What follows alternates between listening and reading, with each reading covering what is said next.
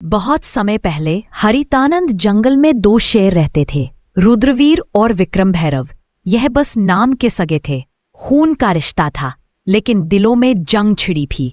एक तरफ था न्यायप्रिय, मेहनती और दूरदर्शी राजा रुद्रवीर, और दूसरी तरफ था लालच और अहंकार में डूबा विक्रम भैरव। सुन लो हरितानंद के सभी जीव जंतु, यह इलाका रुद्रवीर का है और यहाँ के नियम भी रुद्रवीर के होंगे। बरसों से यही रिवाज है कि मांसाहारी जीव शिकार करें तो केवल बूढ़े और अशक्त जानवरों का करें। कभी भी जवान और सक्षम जीव पर पंजा उठाने की भूल मत करना, वरना सजा ऐसी मिलेगी कि आने वाली पीढ़ियां भी याद रखेंगी। हमारा जंगल तभी फल फूल सकता है जब हर प्रजाति सुरक्षित हो। महाराज, मैं हूं मीनू चूहा। अगर मेरी बात सुनने की इजाजत दे तो मैं कुछ बोलूं। मीनू चूहा कहना क्या चाहते हो, खुलकर बताओ। महाराज, शाकाहारी जीवों की हालत दिन ब दिन खराब होती जा रही है। जंगल की जो जमीन अनाज उगाने लायक थी, उस पर तो आपके भाई विक्रम भैरव का कब्जा है। बाकी जमीन इतनी बंजर है कि चाहे कितनी मेहनत करें, पेट भरने लायक अनाज नहीं मिलता। महाराज, आज तो किसी तरह गुजर बसर हो रही है, लेकिन आने वाले दिनों में भूख हमारा सबसे बड़ा दुश्मन होगी। मीनू, तुम्हारी बात गंभीर है, लेकिन हर मुद्दे का हल एक ही दिन में नहीं निकलता। आज के लिए जितना है उसमें सब गुजारा करो। कल का सूरज नई उम्मीद लेकर आएगा। हम इस पर विचार करेंगे और कोई भी अन्याय, चाहे वह मेरा भाई ही क्यों ना करे, बर्दाश्त नहीं होगा। और उधर विक्रम भैरव। क्यों रे फट्टू भेड़िया, इस बार जनगणना का क्या हाल है? कितने शाकाहारी जीव बचे हैं मेरे इलाके में? महाराज, बस एक ही परिवार बचा है, भोलू बकरा और उसका छोटा बच्चा। बाकी तो आपके शिकार में सब खत्म हो गए। सिर्फ 1 महीने में ही आपके इलाके में शिकार ढूंढना भी मुश्किल हो जाएगा। ये क्या बोल रहा है तू? अगर शिकार ही नहीं रहेगा तो हम खाएंगे क्या? भूख से मर जाएं क्या हम? महाराज, यही तो आपको पहले सोचना चाहिए था। जब से आप राजा बने हैं, आपने इतनी बेरहम शिकारी की है कि गिनने के लिए उंगलियां कम पड़ जाएं। अब हालत यह है कि आखिरी बचा शिकार भी आपके बड़े भाई के इलाके में भाग गया है। भागेगा कहाँ? शिकार मेरा है, चाहे वो भाई के इलाके में क्यों ना चला जाए। आज चाहे आसमान टूट पड़े, मैं उस भोलू बकरा को खाकर ही दम लूंगा। चल फट्टू भेड़िया मेरे साथ। इतना बोलकर विक्रम भैरव और फट्टू भेड़िया दोनों भोलू बकरा के पास जाने लगते हैं। महाराज, यही है रुद्रवीर का इलाका।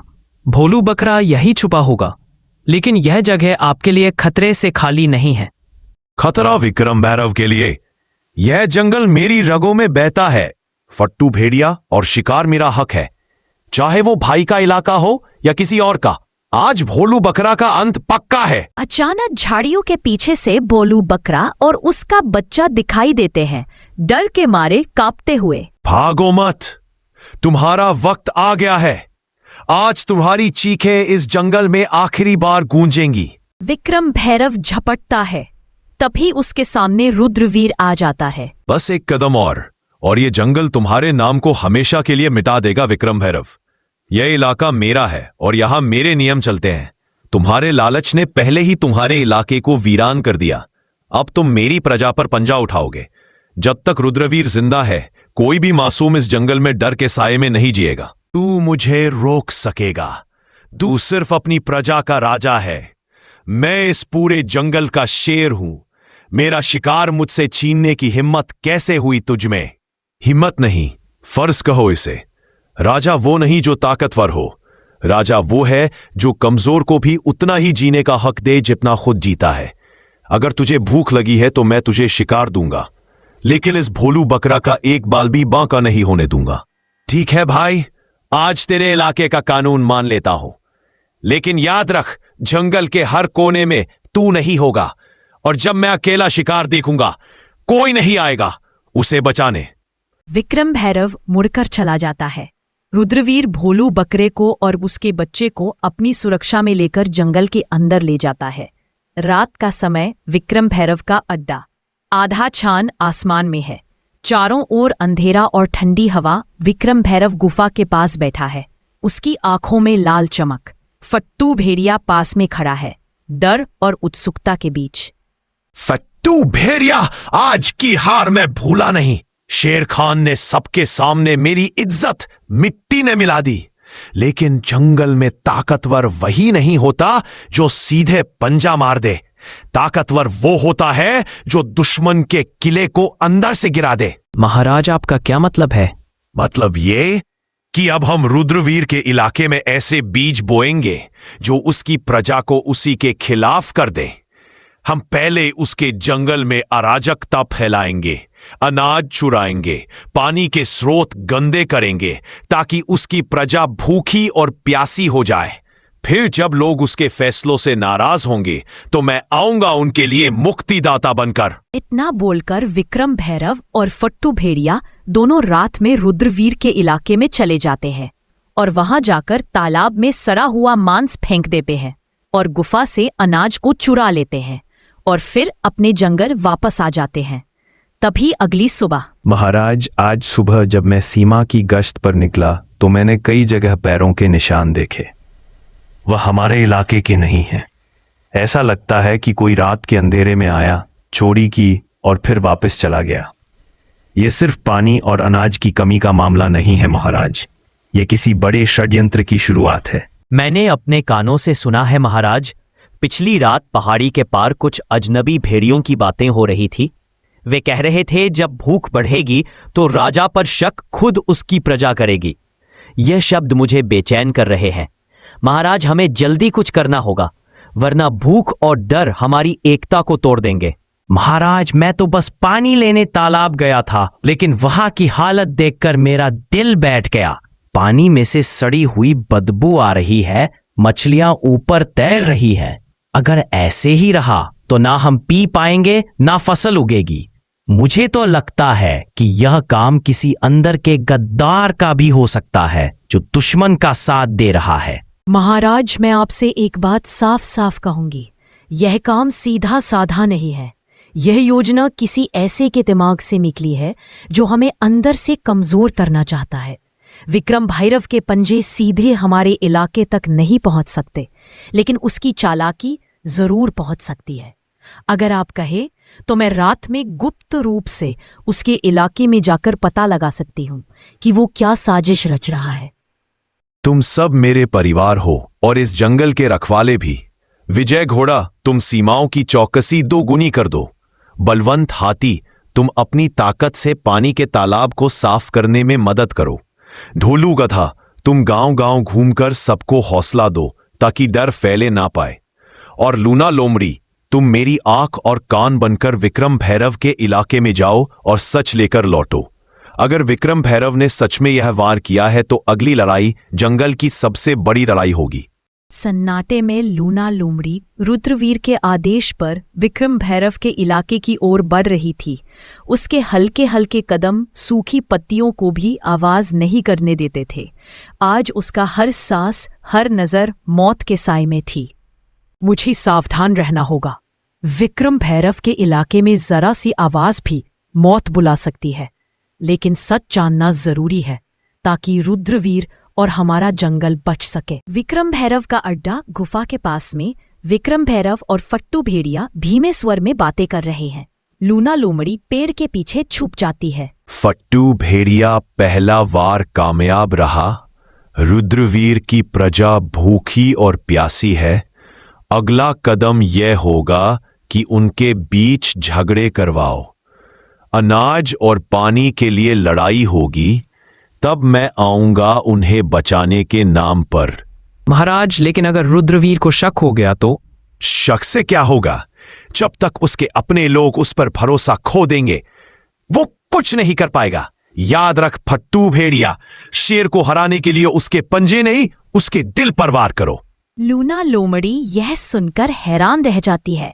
उसके कान खड़े हो जाते हैं, लेकिन तभी पास में एक सूखी टहनी टूट जाती है और हल्की सी आवाज गूंजती है। महाराज, कुछ आवाज आई। कौन है वहां? लूना लोमड़ी तेजी से झाड़ियों में से निकलकर अंधेरे में गायब हो जाती है। विक्रम भैरव और भेड़िया उसका पीछा करने की कोशिश करते हैं, लेकिन वो लोमड़ी की फुर्ती से बच निकलती है। और अगली सुबह। महाराज, मैंने सब सुन लिया है। विक्रम भैरव हमारी प्रजा को आपसे अलग करना चाहता है। वो भूख, प्यास और झगड़े फैलाकर आपको कमजोर बनाना चाहता है और फिर खुद राजा बनना चाहता है। तो अब समय आ गया है विक्रम भैरव की चाल का जवाब उसी की चाल से देने का। हम उसकी सोच से तेज चलेंगे और जंगल को बचाने के लिए हर कीमत चुकाएंगे। लूना लोमड़ी की खबर ने पूरे दरबार में आग लगा दी। अब शेर खान के सामने सिर्फ एक रास्ता था, एक ऐसी योजना बनाना जिसमें रुद्रवीर की चाल नाकाम हो और जंगल की एकता वापस लौट आए। सुनो मेरे साथियों, आज हम सिर्फ अपनी हुकूमत नहीं बल्कि पूरे जंगल का भविष्य बचाने जा रहे हैं। विक्रम भैरव ने सोचा कि वो भूख और डर फैलाकर हमें तोड़ देगा, लेकिन वह भूल गया कि एकजुट जंगल को कोई नहीं तोड़ सकता। विजय घोड़ा, तुम्हारी रफ्तार पूरे जंगल में सबसे तेज है। तुम सीमा पार विक्रम भैरव के इलाके के चारों ओर गश्त करोगे और अगर उसकी कोई टुकड़ी हमारी तरफ बढ़े तो तुरंत खबर लाओगे। महाराज, जब तक मेरे पैर में जान है कोई दुश्मन इस तरफ नहीं आ पाएगा। बलवंत हाथी, तुम्हारी ताकत हमारी ढाल होगी। तुम अनाज के भंडार के पास रहोगे ताकि विक्रम भैरव का कोई आदमी चोरी ना कर सके।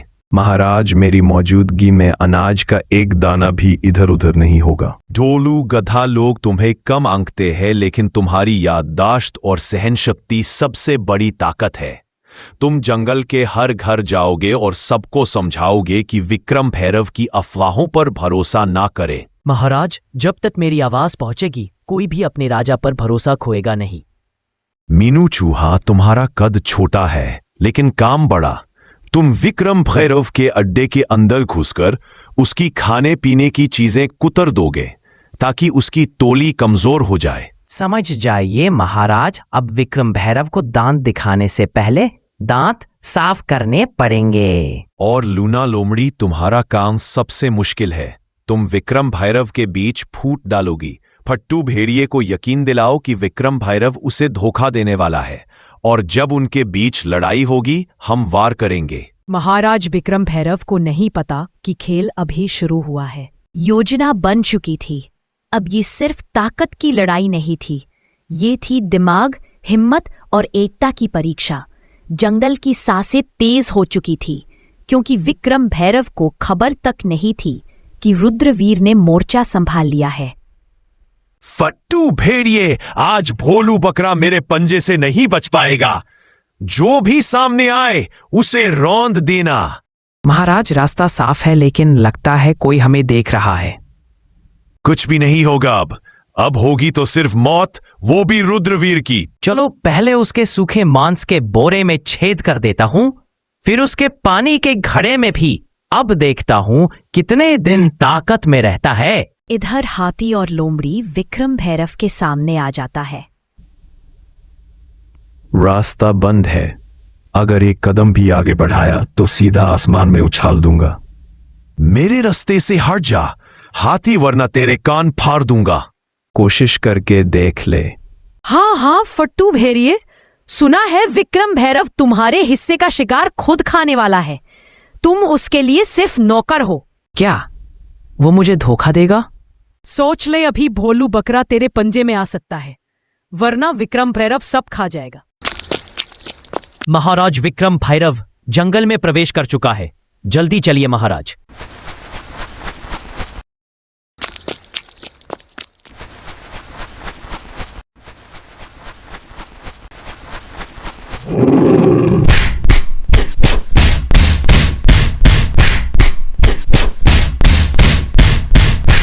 जंगल का कानून भूल गया था।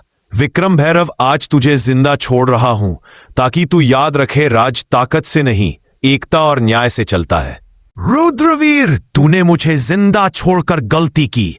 अब मैं जंगल का राजा नहीं, जंगल का साया बनूंगा और तुझे वही खत्म करूंगा जहां तू सोच भी नहीं सकता। विक्रम भैरव, तेरा साथ देकर मैंने कुछ नहीं पाया। अब मैं रुद्रवीर महाराज के पास जा रहा हूं। जा फट्टू भेड़िया, पर याद रख विक्रम भैरव की छाया से कोई नहीं बचता। मैं फिर लौट कर आऊंगा।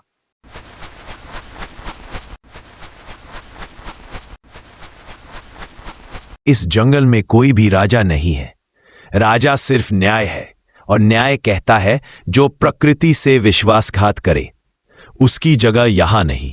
तो दोस्तों, इस तरह रुद्रवीर विक्रम भैरव को एक और जिंदगी जीने का मौका देता है और फिर हरितानंद जंगल फिर से शांत हो गया। लूना लोमड़ी, विजय घोड़ा और बलवंत हाथी सब अपने अपने काम में लग गए।